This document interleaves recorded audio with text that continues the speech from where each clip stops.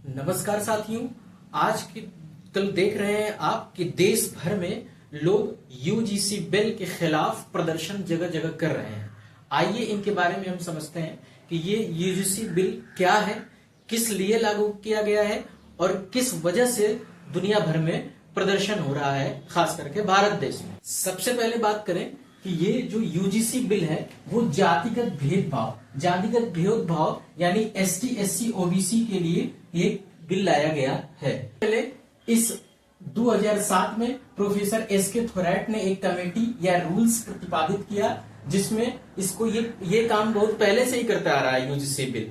लेकिन 2007 में professor SK थोरैट थे, एक कमेटी बैठाई, उसमें रूल्स निकाला गया। लेकिन उस सन 2012 में यूजीसी रूल्स लाया गया, लेकिन ये भारत देश में फेल साबित हुई। फिर उसके बाद सन 2016 में हैदराबाद यूनिवर्सिटी में एक रोहित वेमुला का सुसाइड केस आया। फिर 2016 में हायर एजुकेशन में किसी विशेष जाति की लड़की का सुसाइड केस आया। उसके प्रोफेसर या सहपाठियों द्वारा अत्याचार पर एक सुसाइड केस आया। तब लोग जगे और इस बिल को पारित किया गया। मुद्दे के सबसे अधिक जिम्मेदार जो कहलाते हैं वो जिम्मेदार मीडिया और पॉलिटिशियन को कहा जाता है। मीडिया ही इस मुद्दे को आगे बढ़ाया है और पॉलिटिशियन इस पर राजनीति करते हैं। बात आती है कि जो यूजीसी बिल लाया गया वो सब 13 जनवरी 2026 को लाया गया। सबसे पहली बात, ये यूजीसी रूल्स है क्या, इसके बारे में समझ लेते हैं। यूजीसी इक्वल अपॉर्चुनिटी एक सेल यानी एक संस्था बनाया गया, जिसमें 24/7 एक हेल्प सपोर्ट मिलेगा। यानी फिर किसी कॉलेज में हर कॉलेज को किसी जाति या धार्मिक या अल्पसंख्यक में हो रहे डिस्क्रिमिनेशन यानी भेदभाव का आंकड़ा देना होगा। ये यूजीसी रूल के अंदर है। लेकिन बात आती है कि इसका विरोध क्यों हो रहा है, लोग दिक्कत कहां आ रही है, जगह जगह प्रदर्शन क्यों कर रहे हैं, इसके 3-4 पहलू हैं। इसको हम अच्छी तरीके से समझ लेते हैं। हर गवर्नमेंट का कुछ काम करने का तरीका अलग अलग होता है, ये इस बात को समझ लेते हैं। कहीं कुछ न कुछ खामियां रह जाती हैं।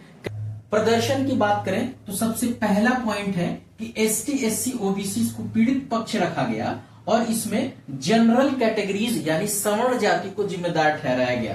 पीड़ित पक्ष को किसको रखा गया? एसटी, एससी, ओबीसी कैटेगरीज को इसमें पढ़ा गया कि ये क्या है, जिम्मेदार हैं। लेकिन भैया कहाँ है जिम्मेदार? सबसे क्या जनरल कैटेगरीज ही प्रताड़ित कर रही है एसटी, एससी, ओबीसी को? क्या ओबीसी एसटी, एससी को प्रताड़ित नहीं कर रही है? कर रही है हर जगह। तो भाई जनरल को वालों को दिक्कत तो होगी, है ना, प्रदर्शन करेंगे। फिर बात आती है कि दूसरी इसमें निगेटिव थिंकिंग ये है कि एक स्क्वाड बनाया गया जिसमें एसटी, एससी, ओबीसी को रखा गया, लेकिन जनरल वालों को बाहर कर गया। भैया इसे कहें, क्या जनरल के साथ भेदभाव नहीं होता है? होता है। आज के डेट में कहा जाए कि कोई जाति विशेष नहीं होता है, जिसके पास पैसा है वो उच्च जाति का है। करते हैं कि इसमें ओबीसी स्टूडेंट को प्रताड़ित करने के लिए जो एसटी, एससी को ओबीसी वाले प्रताड़ित कर रहे हैं, उसका डिस्क्रिमिनेशन का आंकड़ा है ही नहीं। जरूरी थोड़ी ना है कि जनरल वाले ही अपने नीचे वाले ओबीसी और एसटी, एससी को प्रताड़ित करते हैं। ओबीसी वाले भी एसटी, एससी को प्रताड़ित करते हैं। इसका कोई आंकड़ा है ही नहीं। तो इसके लिए सिर्फ और सिर्फ जनरल कैटेगरी को जिम्मेदार ठहराना बिल्कुल गलत है या सही, आप कमेंट में राय दें। चौथी बात यह है कि इसमें झूठी शिकायतों के पर पेनाल्टी को खत्म कर दिया गया है। यानी कोई भी झूठी शिकायत करेगा तो पेनाल्टी इसमें लगेगा ही नहीं। इस मोस्ट इंपॉर्टेंट बात है कि पहले सिर्फ स्टूडेंट ही शिकायत के लिए बने होते थे, लेकिन आज के डेट में टीचर, स्टाफ को भी उसमें शामिल किया गया है। अब बताइए, ये स्टूडेंट अपना कैरियर देखेगा कि टीचर्स और स्टाफ या फिर स्टूडेंट में कोई आपस में दुश्मनी निकाल करके कोई झूठी शिकायत कर दिया तो वो केस लड़ेगा, है ना? कैरियर इंपॉर्टेंट है या केस इंपॉर्टेंट है?